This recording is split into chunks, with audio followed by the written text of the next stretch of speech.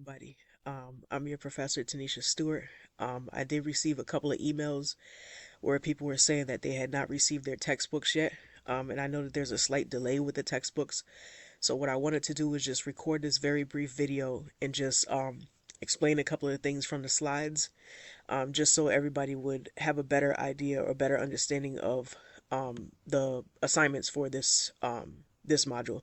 And because it's kind of a fast-paced course, I didn't want to push the date back for the assignments for the first module. So what I wanted to say first was these slides, you can actually access these, and there's like 100 or some odd slides for each chapter.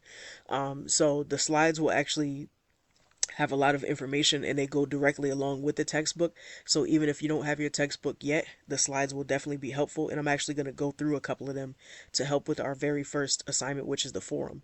So if you go to chapter 1 introduction, you'll see that our very first assignment is going to be a chapter 1 discussion forum, and there's some instructions here. We're going to get to that in a second. The other assignment is going to be your chapter 1 exam. What I just did was I went in and made this to unlimited attempts, so you can take this as many times as you wish. I do know that we're in crunch time or whatever, but I did just extend it, so if anybody wants to take it as many times as they wish, that will help you to get the optimal score that you may be looking for. All right, so now let's back up a little bit and let's see chapter 1 discussion. So for chapter 1, there's a bunch of different theorists and theories that are presented. Four of the main ones that are presented are psychoanalytic theory, behavioral theory, cognitive theory, and ecological theory. The assignment was to choose at least one theorist and three characteristics under each one of these. What I'm about to do is just go to the slides that pertain to each one of these, and then I'll just give a brief explanation of each one of these theories, some of the theorists, and then some of the characteristics that you'll be able to find, so that this will help you with this assignment. The second part of the assignment is to determine whether it's a nature or nurture theory, determine whether it demonstrates continuity or discontinuity, and determine whether the adolescent's role would be active or passive in terms of their development. And that's for each one of these. So for psychoanalytic, is it nature nurture? Is it continuity versus discontinuity? Or is the adolescent active or passive? And then the same thing for behavioral, cognitive, and ecological. Then the very last part of the assignment is just replying to one of your classmates and just saying, like, whether or not your responses were similar to theirs, different from theirs, what you learned or gained from this assignment. All right, so let me just pull up the slides, and then I'm not going to go through all of them because there's like 100 of them, but I'm going to go through the ones that directly pertain to this part of the assignment. So one second, let me, why is my mouse not working? Maybe it is working, okay. So, the very first thing that is talking about is nature versus nurture. So, when it comes to nature versus nurture, this is a big argument even outside of developmental psychology. But within developmental psychology, or within adolescent psychology, since that's what this class is pertaining to, nature versus nurture has to do with, are you born with certain characteristics, or are those characteristics coming from your environment? So is it something that somebody raised or reared or taught a person to do? That would all be nurture. Or is it something that a person was born to do, that it was in their DNA, it's in their biology, it's part of the fabric of their being, basically. So are they born with it, or are they raised into it? If they're born into it, that's more on the nature side or more on the biological side. If they are raised into it or taught it, that's more on the nurture side. So that's one of the biggest arguments. And as you can imagine, most people fall somewhere in the middle, where they're like, some things are nature, some things are nurture. Sometimes there's a complex relationship between both within every single person. But that being said, there are some theorists who are strictly on the nature side, and then some were strictly on the nurture side, but most people fall in the middle. So the very next debate is continuity versus discontinuity. This has to do with whether or not the development that we go through as adolescents or as any part of our life, does the development occur in stages, or is the development something that just kind of flows like a stream, or something that grows like a seed into a plant, etc., etc.? So if we believe that that it is underneath the continuity side, we're going to say that it flows like a river or like a stream, or that it's like a seed that grows into a plant. On the flip side, if we believe in discontinuity, that means that we believe that there are distinct stages that we go through in terms of our development. So if you're in stage one, we're going to know that you're in stage one. If you're in stage two, it's going to be different from stage one, and we're going to know that you're in stage two. So some developmental psychologists will say that that's how our development occurs. We know for specifically, like for instance, an infant versus an early childhood. Everybody knows an infant, the little baby's laying down crying, etc., and everybody can distinguish easily an infant from an early child, because the early child can walk, they can talk, they can do things, they can, maybe even feed themselves, put on their own clothes, all of that. But an infant's not able to do any of that. And then everybody can also tell an early child from an adult.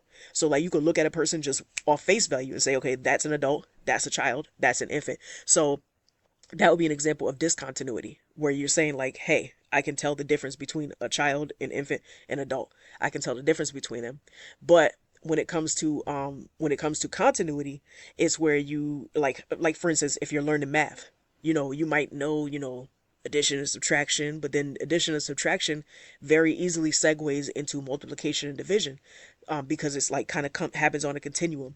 So continuity versus discontinuity. Continuity, it happens gradually. Discontinuity, it happens in distinct stages where we could tell the difference between one stage and the next. All right, so this is just like a slide basically just showing a figure of what we just talked about. All right, so we're going to skip this part because that's not pertaining to the assignment. Skipping. Okay, so now we're going to the four different theories that we just introduced for the forum. So we got psychoanalytic theory, we got cognitive theory, we got behavioral and social cognitive, and then we got ecological, and how each one of these pertains to the assignment. We're going to talk about that. So psychoanalytic theory, it was actually a theory that was originally proposed by Sigmund Freud. So Sigmund Freud would be the person who originally kind of came up with the idea for psychoanalytic theory.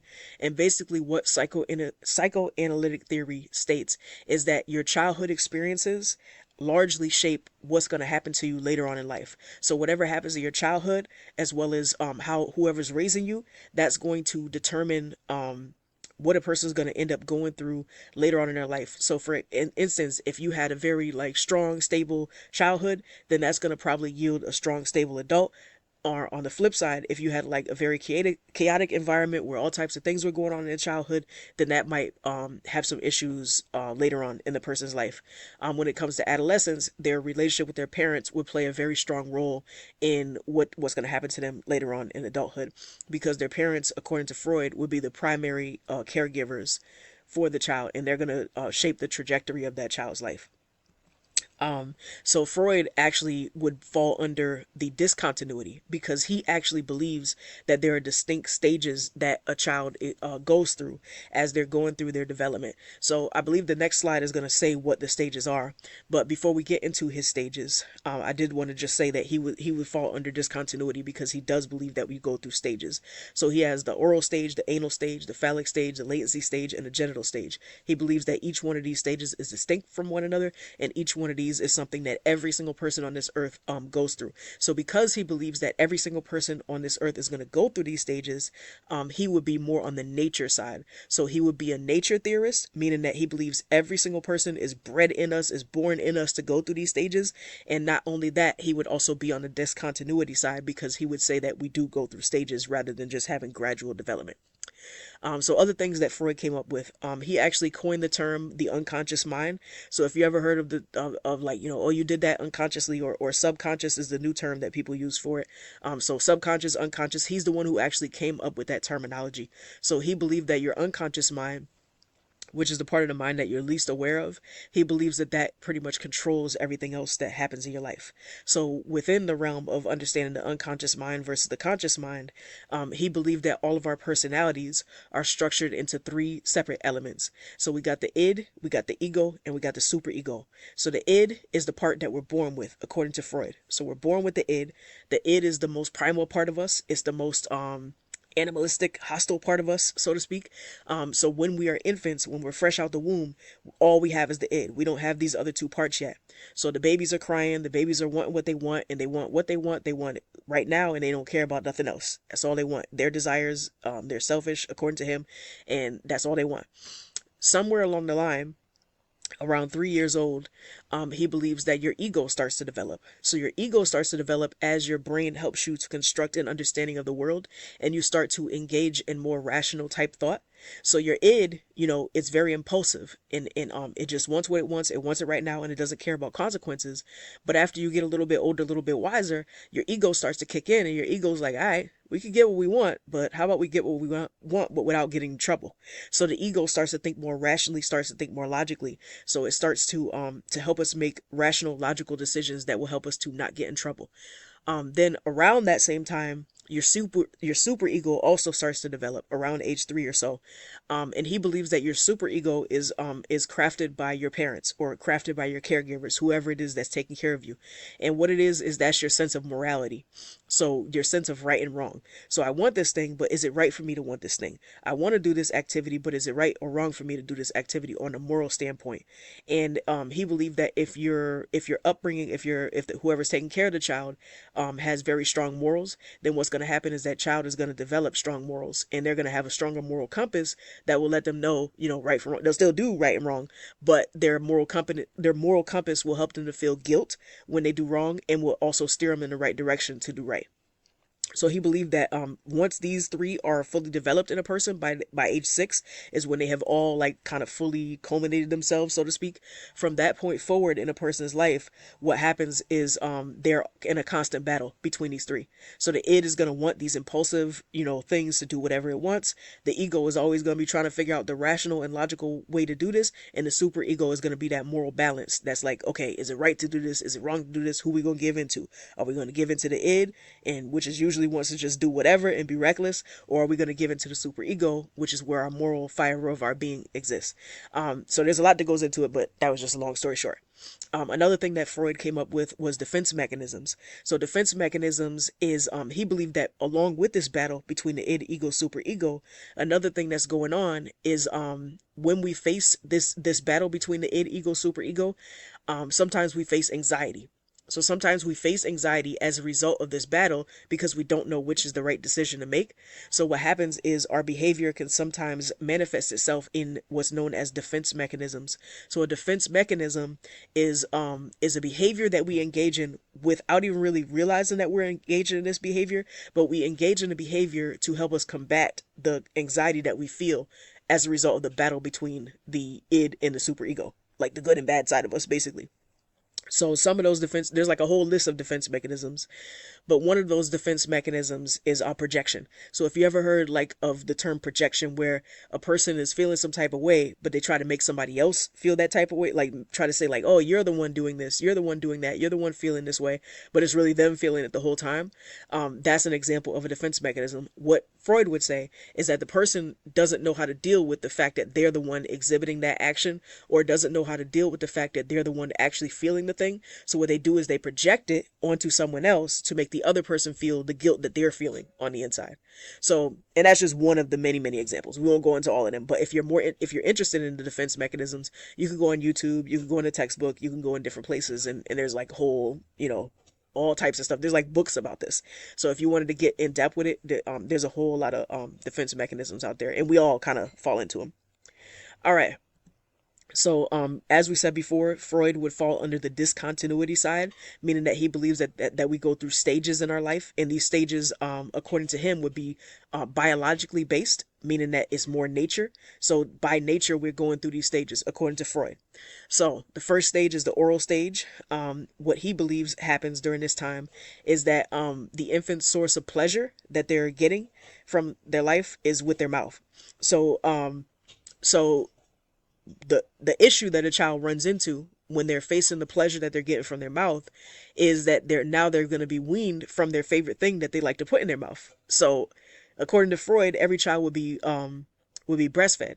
But if the mother tries to like wean the child off of being breastfed, sorry, if the mother tries to wean the child off of being breastfed, if she does it too harshly or too quickly and weans the child in too abrupt of a fashion, what will end up happening is the child will develop what's known as an oral fixation. And then later on in life, as an adult, it will manifest itself like if the child has, or the adult, ends up having like a smoking problem, drinking problem, overall dependency on other people, any kind of addiction, whatever. He would say that that's where the origin of that comes from, that the child was weaned off the breast too quickly or too harshly. The next stage is the anal stage. So this anal stage is from 1 to 3 years of age. And what Freud says in this stage is that your sexual focus have shift from your mouth to your anus. So now you're getting pleasure from taking a poop, basically. So letting some things out. Um, and your major conflict that you're going to face during this stage is toilet training. So you're going to be going through toilet training, and you're going to have to figure out, how we gonna deal with this? Because I was using my diaper, I like my diaper, but now they're trying to get me to sit on the toilet. I'm not interested in sitting on the toilet. So if the child is, if the toilet training tactics are too harsh, or too abrupt, etc., what will end up happening is a child will develop either an anal compulsive or an anal retentive personality. So anal compulsive personality is when the child becomes very hostile as an adult, and an anal retentive personality is when they become very stingy or stubborn as an adult. So he believed that those two things, those two types of behaviors, are rooted in harsh toilet training tactics as during this age group. Next one is the phallic stage. There's a lot that goes on in this stage. So according to Freud, the child is starting to engage in independent and mutual exploration of the genitals, basically. So the child starts to realize that they got something down front that they really like, and it starts to give them a little bit of stimulation, a little bit of pleasure. They also discover that other people have, the same thing down front. So they start playing with themselves, playing with each other, everybody's playing around with their genitals during this time. And what he believes is happening during this time is that they're also developing a sense of sexual attraction toward their opposite sex parent. And this is where things get a little bit, well, they already started getting freaky with Freud, but this is where things get really freaky with Freud. So he believes that every little boy is suffering from what's known as an Oedipus complex, where he is having some kind of sexual focus or attraction toward his mother, and every little girl is dealing with something called an electric complex, where she is having like an attraction toward her father. But what happens is the other parent is in the way, and they know if they got into a battle with the parent, they gonna lose because they little and the parent is big. So like, what do we do? So Freud believes that what little boys do is they start to befriend their father. What little girls do is they start to befriend their mother, and they try to act like they want to be like daddy, they want to be like mommy, they want to be mommy's best friend or daddy's best friend. But the whole reason why they're trying to do that is because they're trying to distract the focus of that parent so that they can get to the other parent, is what Freud believes. That's all Freud. This ain't on me. This is all Freud. So that's what he believes. Provided that the parent rejects their child's advances, the child will grow up to be like a healthy adult, etc., etc. But if not, then the child may end up engaging in promiscuous behaviors, etc., etc. The latency stage is the next stage, and that's from ages 6 to about puberty. In this stage, this is the only stage where Freud doesn't believe that there's any kind of sexual inclination going on. The child is just more focused on, social skills, developing relationships with other people, academic pursuits, stuff like that. So the child's not really interested in anything sexual during this time. But once they hit puberty, that's the final stage. And Freud believes during this time, their sexual feelings are reawakened and they're back to being interested in their genitals again. But this time, instead of having interest in their opposite sex parent, now they'll go get somebody like their parent. So it's kind of twisted, but hey, that's what Freud believed. So they're gonna go out there and their feelings are reawakened. They're gonna find somebody. They're gonna find somebody outside of the family, essentially. All right. Next psychoanalytic researcher was a man named Erik Erikson.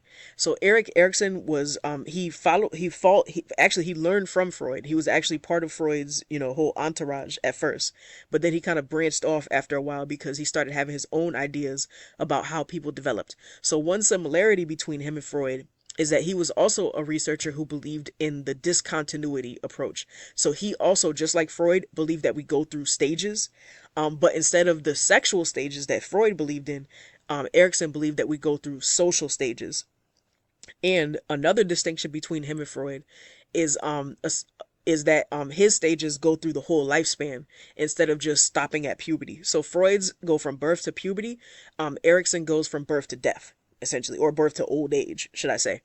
Another distinction between him and Freud is that he was more of a nurture type theorist.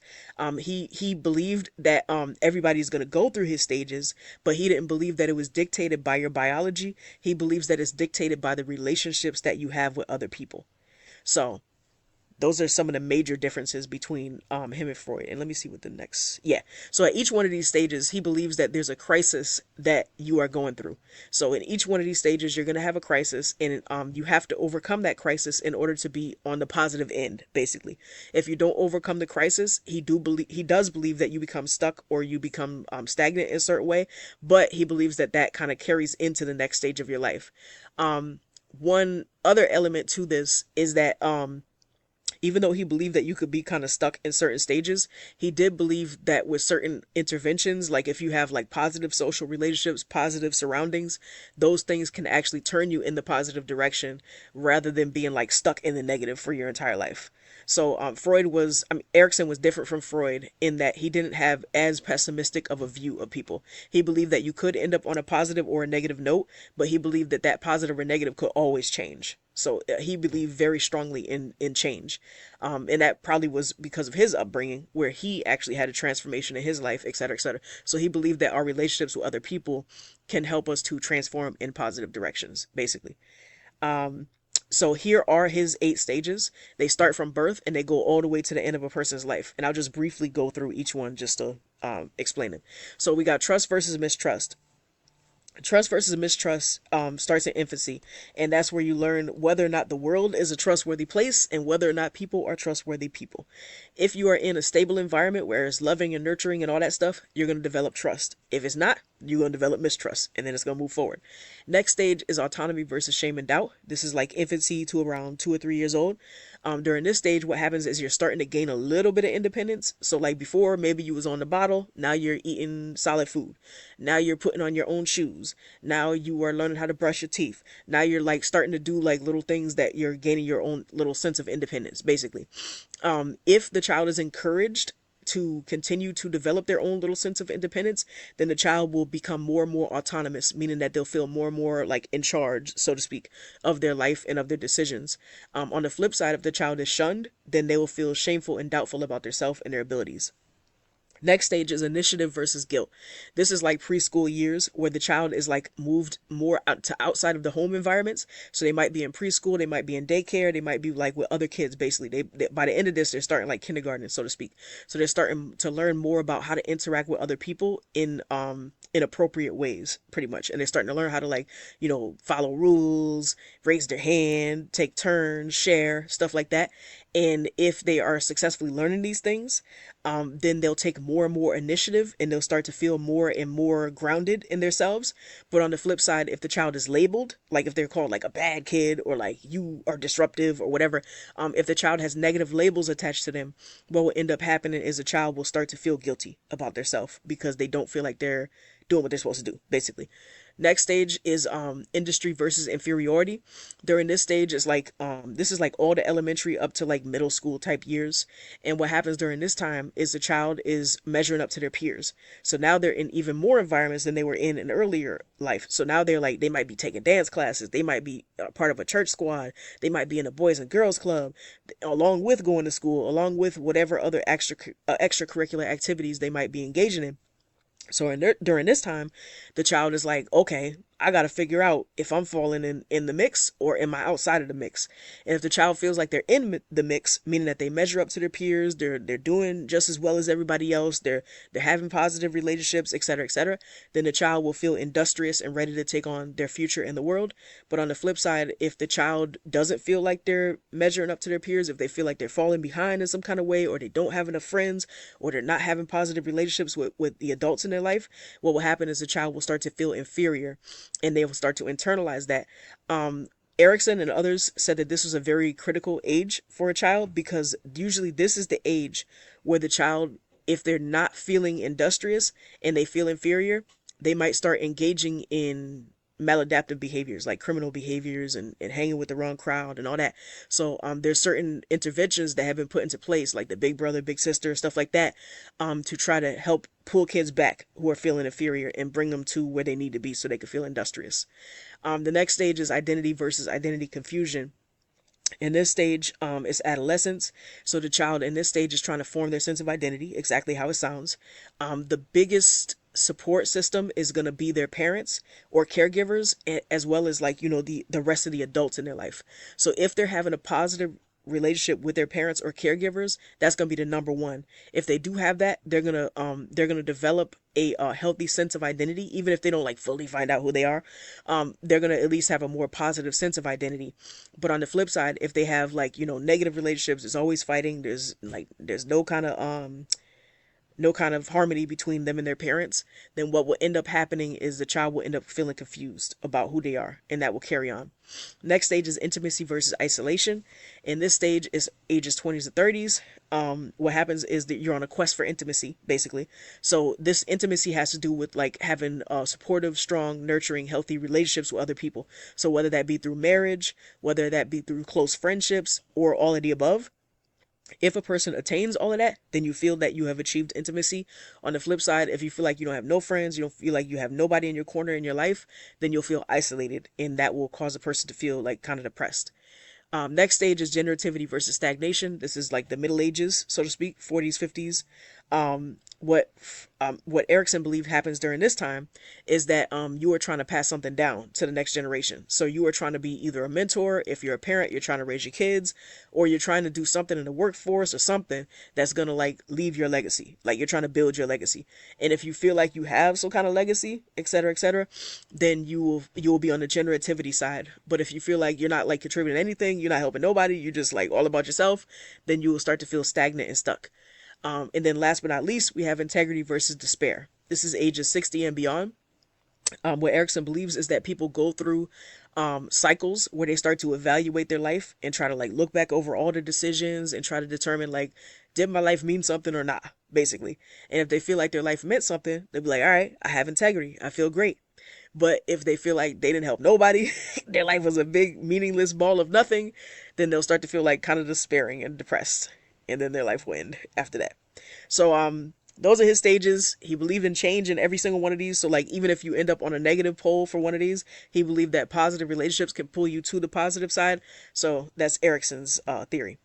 So good things about psychoanalytic theories is that they give a lot of concrete information about how people can develop, how adolescents can develop, and how like why some of the whys of why people go through these things. But on the flip side, um, at least when it comes to Freud, there wasn't a lot of scientific support. So like when you try to like do a study on the oral phase of development or the anal phase of development, they weren't able to like how can you even tell that this is as a result of an oral fixation when they were an infant, so there wasn't really much that we can that researchers could do with Freud's theory. Also, they believed he too heavily focused on sexuality in terms of like he believed that sexuality played like one of the most major roles in how a person develops later on in life, and they're like we don't really have much evidence for that. And then also he was kind of like very negative when it came to like when it came to viewing humans. They were like, yeah, people can be people, but we don't want to be too negative about it. All right, so now we're going to shift into the cognitive theories. So cognitive theories focus on your conscious mind as well as like your learning, your memories, things like that. So the first major cognitive theorist is a man named Jean Piaget. So Jean Piaget, if you look at continuity versus discontinuity, he would fall underneath discontinuity because he also believes, just like Freud and Erickson, he believes that you go through stages in life in your cognitive development. So he believes that you go through distinct stages when your mind is being shaped. It's going to be shaped in these distinct stages that are different from one another. So he would fall under discontinuity. Also, like Freud, he also is a nature theorist because he believes that everybody goes through these stages and it is dictated by your biology. So he would be a nature theorist. So Freud, Piaget are both nature theorists. Erikson would be nurture theorists. But all three of these people are under discontinuity, which is where they believe is stages.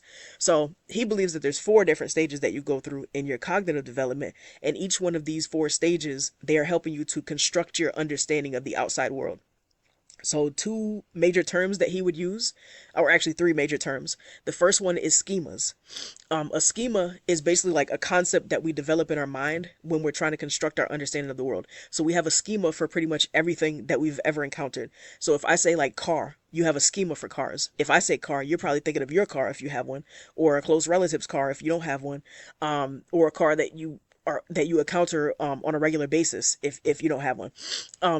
Also, if I say cars, you can extrapolate that out and you can say, okay, so what type of car? Am I talking about a truck? Am I talking about like a regular small car? Am I talking about, a bus? Like, we categorize things automatically in our mind as our brain continues to grow. So we put things in little file folders in our mind. Another term that he believed heavily in that helps to construct our understanding of the world is assimilation. Assimilation is when you encounter something new as you're constructing your understanding of the world, but that new thing is similar to something that you learned before. So what you do is you take the new information and just apply it to the old. So for example, if I'm learning the difference between cars and trucks, okay, so a car and a truck, the main difference is that one is bigger, one might take more gas, one might do whatever. So I'll say, all right, cars and trucks both fall underneath vehicles. So both of those are considered vehicles. That would be assimilation. Accommodation is the other term. Accommodation is when you learn something new that kind of goes against, well, not go against, but it kind of is different from what you learned before. So like if I say motorcycle, so car, truck, we kind of put those both under, similar umbrella. But if I say motorcycle, that's still a vehicle, but it's a different type of vehicle from a car and a different type of vehicle from a truck. So I would say it still is a vehicle, but it's just a completely different kind. So then that's what I would put that under accommodation, because I have to take in that new information about this new type of vehicle that exists. So Piaget believes that we go through this process of building our schemas and going through assimilation and accommodation for our entire life. Okay, one second. All right, so he believed that these are the four stages that we go through as we're developing this cognitive understanding. So in the sensory motor stage, this is from birth to 2 years of age.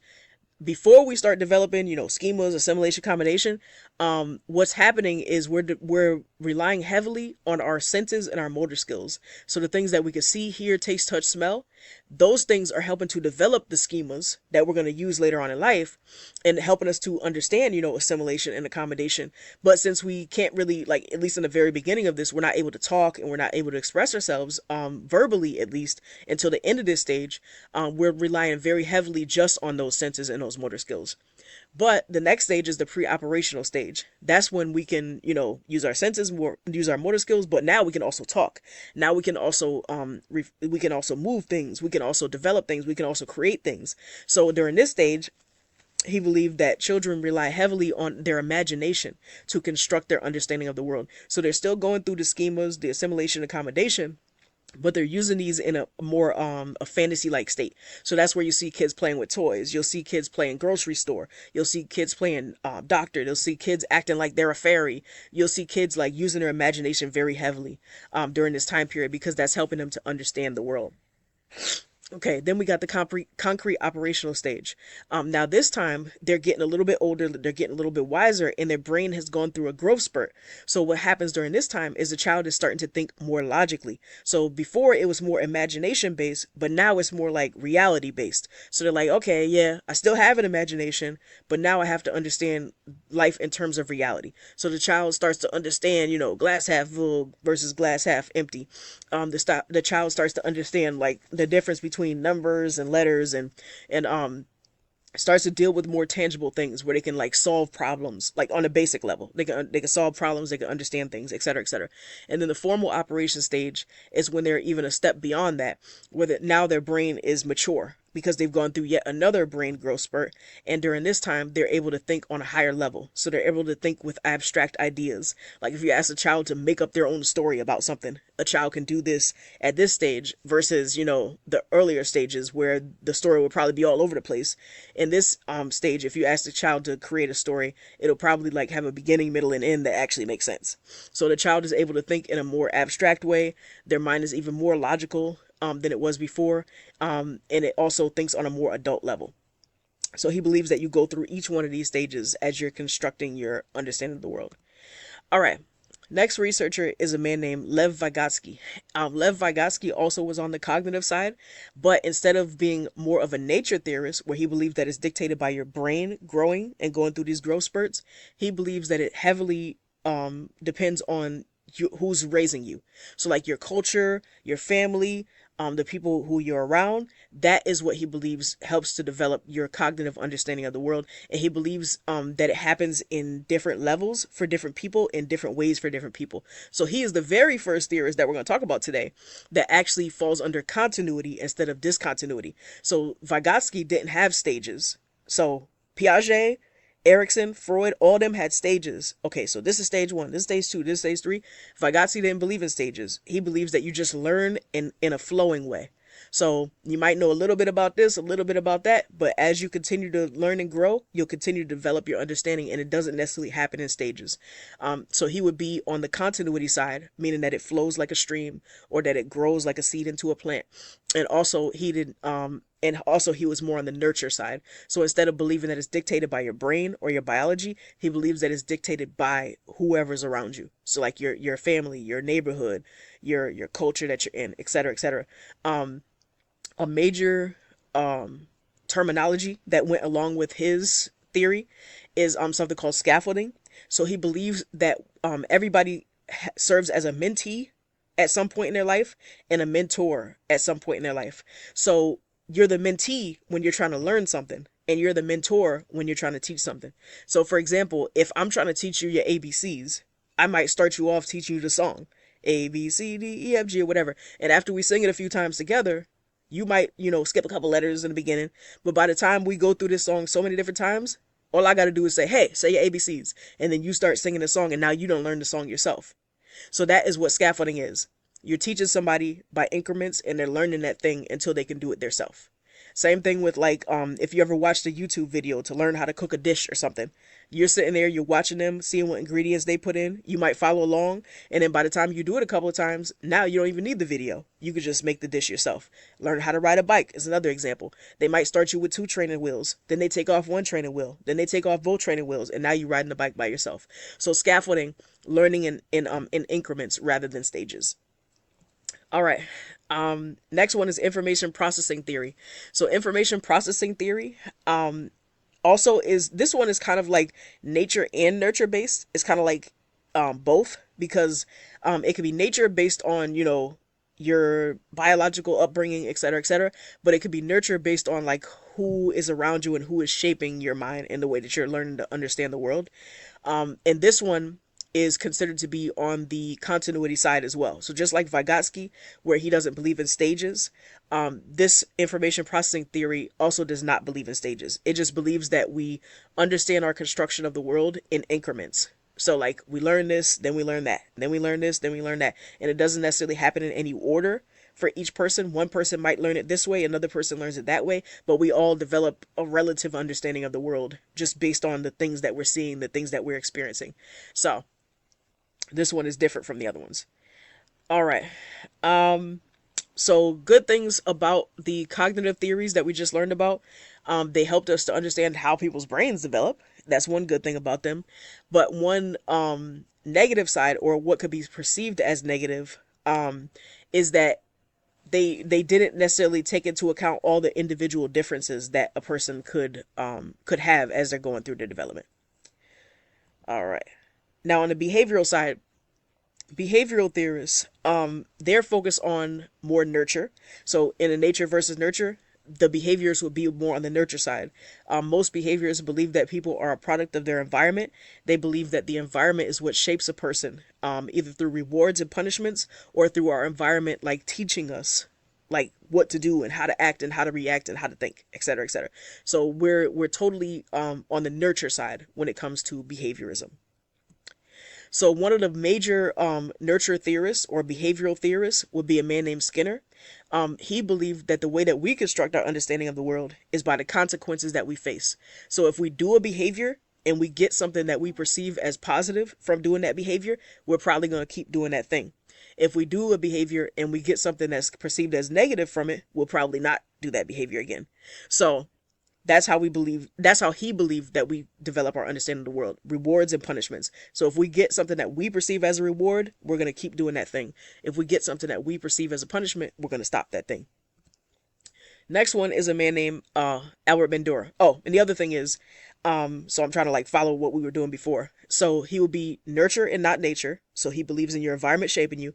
And also he would be on the continuity side, where it's not that you are learning things in stages. It's more so that you are just learning like a stream or like a river, so to speak. So your learning is like a river, like a stream, like a plant that grows into a tree or whatever. It's not in any stages.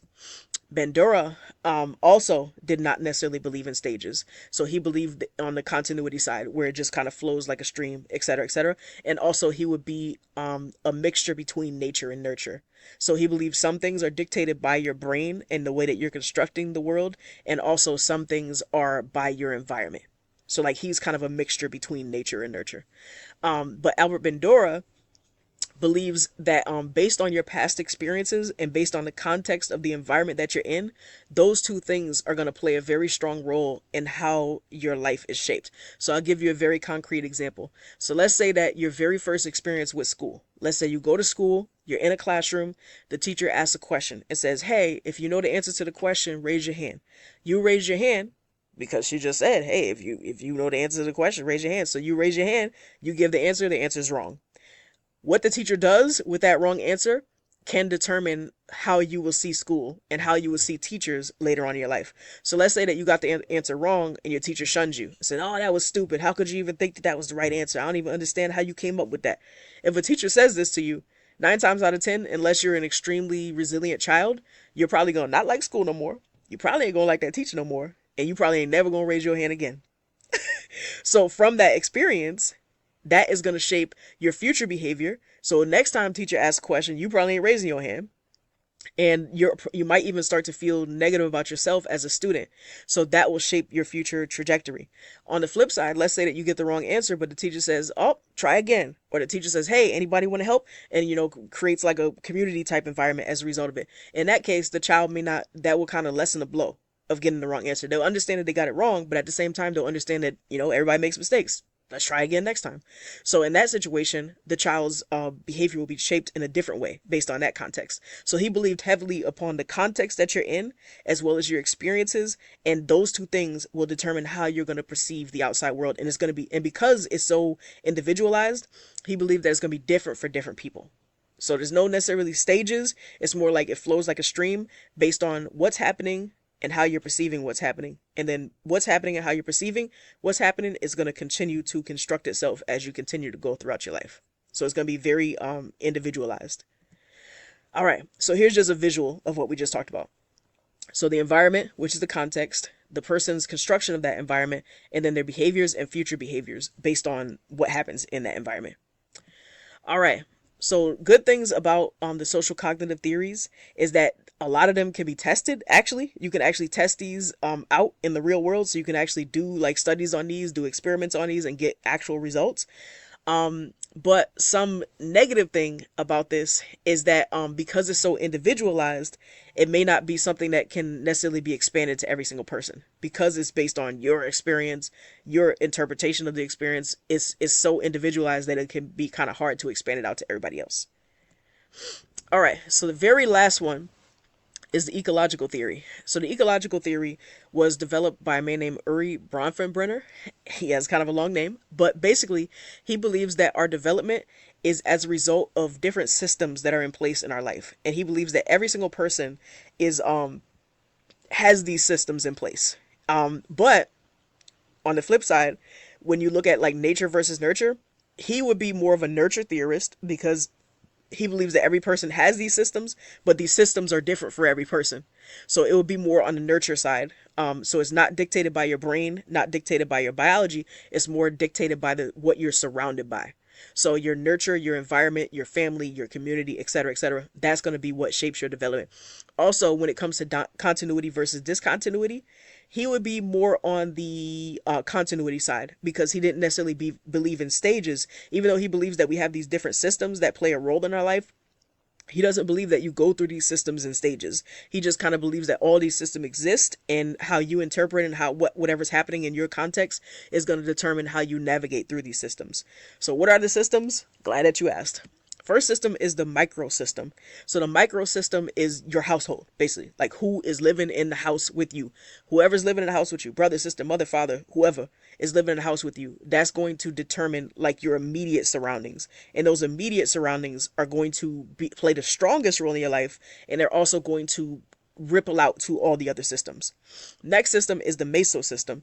The meso system is like looking at your like neighborhood, basically. So like the neighborhood that you're living in. So is the neighborhood that you're living in considered safe, unsafe? Is it friendly, not unfriendly? Are there other kids in the environment? Are there not other kids in the environment? Who's around you in the outside environment, outside of your home? Then we got the exosystem. Exosystem would be more like the city level. So like the city that you're living in, the town that you're living in, the overarching community, not just your street, but the streets surrounding your street, the schools that you're around, the parks that you're around, all that kind of stuff. How is that playing a role in how you're being developed? Then we got the macro system, which is like the countrywide. So like the country that you're living in, the culture, the overarching culture that you're living in, how are those things going to contribute to the rest of your life? And then last but not least, we have the chrono system. And the chrono system has to do with the time period that you're living in. So right now we're living in 2025. Our chrono system is going to be wildly different from like 1969. So depending on the time period that you're living in. So all of these systems, he believes, play a role in how a person is being shaped. But because they're so different for each person is going to have their own trajectory of life, and each person is going to have their own way of how they're navigating each one of these systems. And here's just a visual of what the systems look like. So we got the microsystem, which is like the household where they live in, et cetera, et cetera. Mesosystem, slightly outside of that. Exosystem, like the city that they're living in, et cetera, et cetera. And then the chronosystem, where they're, the time period that they're in. All right. So, good things about Bronfenbrenner's theory. He actually provided a very complex way of looking at how people develop in their world, because he developed all these different systems and the systems kind of made sense. But the downside to this is because it's so individualized and because there's so many systems, it can be very, very difficult to try to figure out how the heck to like really analyze a person based on, like, you would literally have to do it on a case by case basis, because no two people are going to have the exact same systems in place. So like if my microsystem is completely different from somebody else's, that's going to change my outlook from the other person to too many different degrees for us to be like put together. So it's too individualized, basically, because every person is going to have their own upbringing, their own, even if we grow up in the same neighborhood, if my household is different from your household, that's going to make it look in two completely different ways. And even two kids who grow up in the same household, they might interpret things differently. So like even within a microsystem, things could be different for different kids. So because of this, they liked his theory because of the fact that it was so complex and because it had so many different factors to it. But that was also the same reason why they disliked it because it was so complex and because it had so many different factors to it. So shout out to Bronfenbrenner. It was good. I guess if you do this on yourself and you look at your systems yourself, it'll give you a lot more valuable information than if you try to like do this on other people, because it would take you forever to try to figure other people's lives out. All right. So most theorists, as you can imagine, after looking at all these different theories and seeing like how wildly different they can be from one another, most people would be like, okay, so which one do we pick? Which one makes the most sense? And most people would say, let's just take the good side of each one, basically. And if you choose the good side of each one of these approaches, you are using what's known as the eclectic theoretical orientation. So eclectic just basically means we're taking the best of both worlds. So we might like a little bit of Piaget, we might like a little bit of Freud, we might like something from Erikson, we might like a little bit of things from Bronfenbrenner. So we just take the best from all of these different ones and kind of construct our own understanding of development based on that. All right, and I believe that, yeah. So that was the last thing for this assignment. And I know that that was a lot, but I wanted to just give you guys something to go off of, just because a lot of people didn't have their textbook yet. So I just wanted to give you something to go off of to be able to look back at for this forum. So hopefully, after watching this video, you'll have a better understanding of how to complete the forum. So for the forum, you're taking these four different theories that we just talked about: the psychoanalytic, behavioral, cognitive, ecological. You're going to pick at least one theorist from each one and three characteristics that you believe would fall under them. And then the second part is you're determining whether or not it's nature or nurture, whether or not it's continuity versus discontinuity, and whether or not the adolescent would be active or passive in terms of their development underneath that theory. And then last but not least, reply to at least one classmate. So that is the assignment. I hope that this video helped. If it did help, send me a message back or something, because I'm hoping that this actually helped with this assignment. And if you have any questions, feel free to email me. So